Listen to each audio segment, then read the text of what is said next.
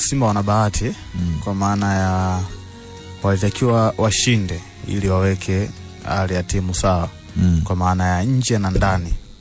Nje na ndani kwenye timu.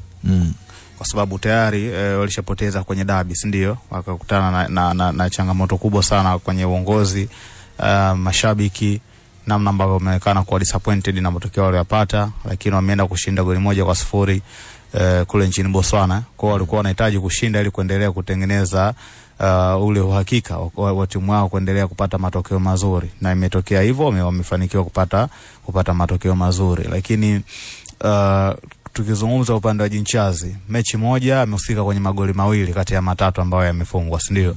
Na hata goli la 3 ambalo limefungwa na Jonathan Soa ni the same. Yeye amefanya kitu tunasema ni pre-assist. Yeye ndo alitoa mpira ambao ulimfikia Elimpanzwe. Yes, kwa hii inakuonyesha ni kwa namna gani yeye amekuwa akihusika kwenye nafasi nyingi. Kwa nadhani performance yake ya msimu uliopita ndo amekuja kuendelea nayo kwa msimu huu. Sasa kwa nini nimetaka kuzungumza kuhusu Jinchazi? Itakapokuja Disemba kwenye swala la MVP, watu wasichanganye msimu huu na msimu uliopita. Okay. Unajua wachezaji ambao wanapewa nafasi kubwa ya kuania kwenye swala la MVP ni Pedro, Pacome Zouzoua pamoja na Jinchazi au.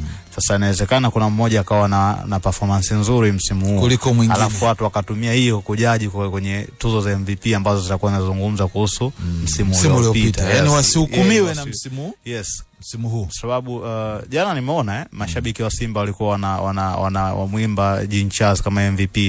Yes, sasa ni MVP kwa maana ni still ni kampeni zinaendelea za kuhakikisha kila timu mchezaji wao anafanya vizuri, kwa sababu hata ukiona upande wa Pacome bado anaimbwa kama MVP. Kwa hiyo mashabiki wanoti kitu wanapoimba kuhusu masuala ya MVP wafahamu wanazungumza MVP wa msimu uliopita, sio msimu huu.